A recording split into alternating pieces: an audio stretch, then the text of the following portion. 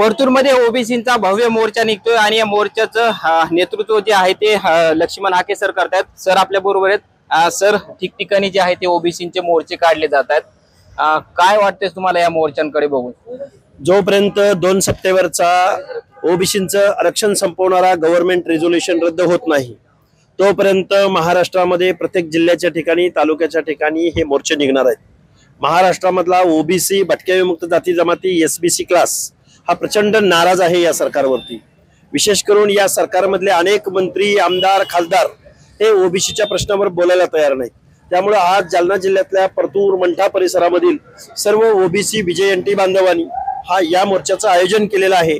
आमचे रामप्रसाद थोरात त्याचं नेतृत्व करतायत आणि या परिसरामधल्या सर्व लोकांच्या वतीनं आज रॅली होईल आणि परत त्याचा महाएल्गार सभेमध्ये रूपांतर होईल। आपण जर बघितलं तर या मोर्चावर जरांगे पाटलांनी टीका करत जातीवाद्यांचे मोर्चे आहेत हे सगळे। मग आम्ही जातीवाद्यांचे तर हा कोणाच आहे? आम्ही महाराष्ट्रामधल्या 450हून जाती उपजाती ओबीसी मधल्या जाती जमाती आमचा क्लास आहे। आम्ही जातीसाठी भांडत नाही आहोत, आम्ही ओबीसींच्या आरक्षणासाठी भांडत आहोत। मनोज जरांगे नावाच्या माणसाला एका जातीचं नेतृत्व करतो तो आणि आम्हाला जातीवादी म्हणतो। खरं तर त्याच्या डोक्यावर परिणाम झालेला आहे। त्याच्या प्रश्नाला उत्तर देणे आम्ही गेली 2-2.5 वर्ष झालं देतोय। दुर्दैव या गोष्टीचं आहे की लोकनियुक्त सरकारनं आमचं आरक्षण घालवलंय, या गोष्टीचं दुर्दैव आहे। काही दिवसांपूर्वी राधाकृष्ण विखे पाटलांनी आंतरवालीमध्ये येऊन जरांगेंची भेट घेतली आणि जो अहवाल आहे जो कुणबींचे प्रमाणपत्राचा कशा पद्धतीने वाटप सुरू आहे त्यांचा अहवाल जरांगेंना दिलाय। हे बघा, राधाकृष्ण विखे पाटलांनी जबाबदारीने वागलं पाहिजे।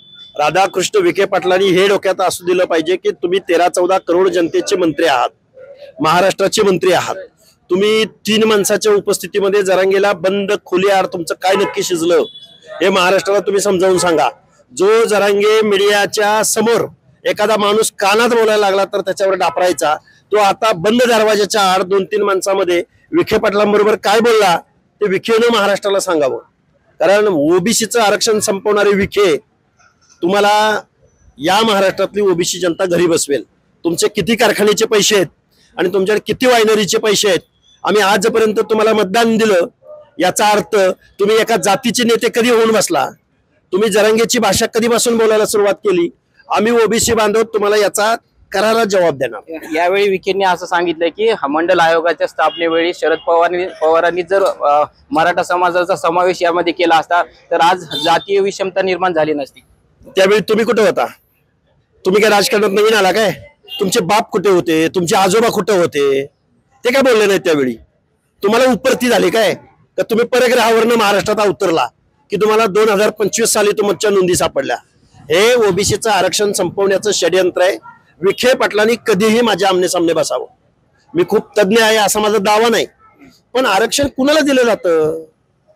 मग आता ब्राह्मण जैन या लोकांना तुम्ही ओबीसीचं आरक्षण देणार आहात का? कुणबीच्या नोंदीवरनं अनेक ब्राह्मण समाजाच्या कुणब्याच्या नोंदी आहेत, अनेक जैन समाजाच्या कुणब्याच्या नोंदी आहेत।